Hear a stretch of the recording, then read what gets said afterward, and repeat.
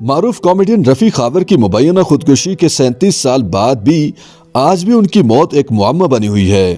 2 جولائی 1986 کو معروف کامیڈین رفیع خاور المعروف ننا نے خودکشی کر لی تھی۔ ڈرائنگ روم میں اپنے وقت کے مشہور فلم اداکار اور کامیڈین کی لاش پڑی تھی اور ان کے جسم سے نکلنے والا خون ایک چھوٹے تالاب کی شکل اختیار کر چکا تھا۔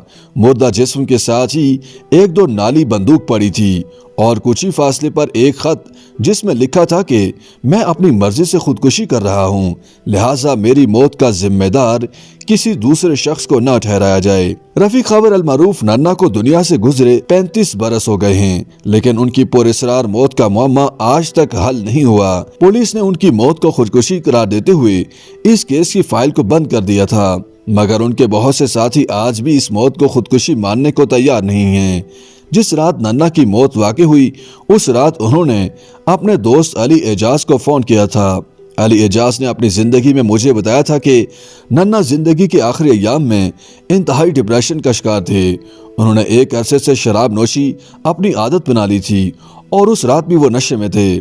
اپنے عروج کے دور میں ننا اپنی ساتھی اداکارہ نازلی سے عشق کرنے لگے تھے اور یہ بات بھی مشہور ہوئی کہ دونوں شادی کر چکے ہیں۔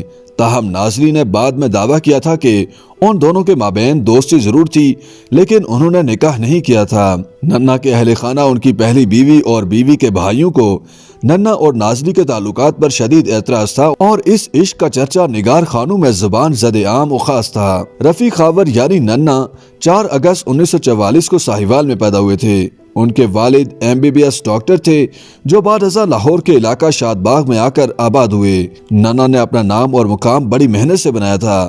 وہ پیدائشی طور پر فربا تھے اور اسکول میں بچے ان کا مذاق بھی اڑاتے تھے۔ وضاحت سے ننا پہلوان دکھائی دیتے تھے لیکن ان کے اندر ایک باریک بین اور طیبہ ذات فنکار بے چین تھا جو اپنے فن کے اظہار سے دنیا پر چھا جانا چاہتا تھا۔ زمانہ طالب علمی تک ننا کو نگار خانوں اور فنکاروں سے دور رکھا گیا، لیکن جب انہوں نے اپنی عملی زندگی کا آغاز نیشنل بینک سے کیا تو وہ لاہور میں آرٹس کونسل کے چکر کاٹنے لگے تھے۔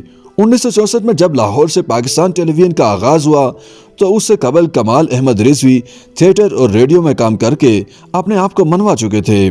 1965 کے صرف 3 سال بعد 1969 میں الف نون کو دوسری بار نئے سرے سے پروڈیوس کیا گیا، جبکہ 1982 میں اسی ڈرامے کو رنگین ٹی وی کے لیے تیسری بار پروڈیوس کیا گیا۔ ایک ہی ڈرامے کو 3 مرتبہ پروڈیوس کرنے کا یہ PTV کی تاریخ کا ایک منفرد ریکارڈ ہے۔ 1965 میں جب الف نون پہلی بار آن ایئر کیا گیا تو ننا پاکستان میں فیملی آرٹسٹ کی حیثیت اختیار کر گئے۔ شباب کیرانوی نے ان کی مقبولیت کو فلم میں کیش کرانے کے لیے 1966 میں انہیں اپنی فلم وطن کے سپاہی میں کاسٹ کیا۔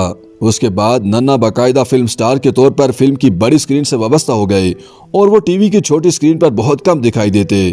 1976 میں شباب کیرانوی کی فلم نوکر میں اگرچہ اداکار محمد علی نے ٹائٹل رول نبھایا تھا لیکن یہ فلم ننا سے منسوب ہو گئی تھی۔ اس فلم میں ننا کا کردار کامیڈی کیریکٹر ایکٹر کے طور پر کنفرم ہوا، جس کے بعد وہ فلم ٹریڈ کی مستقل ضرورت بن گئے۔ شباب کیرانوی سمیت ہر قابل ذکر پروڈکشن ہاؤس نے ننا کو اپنی ٹیم میں شامل کر لیا۔ پنجابی فلم حکم دا غلام، زدی، جال، تم سلامت رہو اور آواز میں ان کے کردار کو پسند کیا گیا۔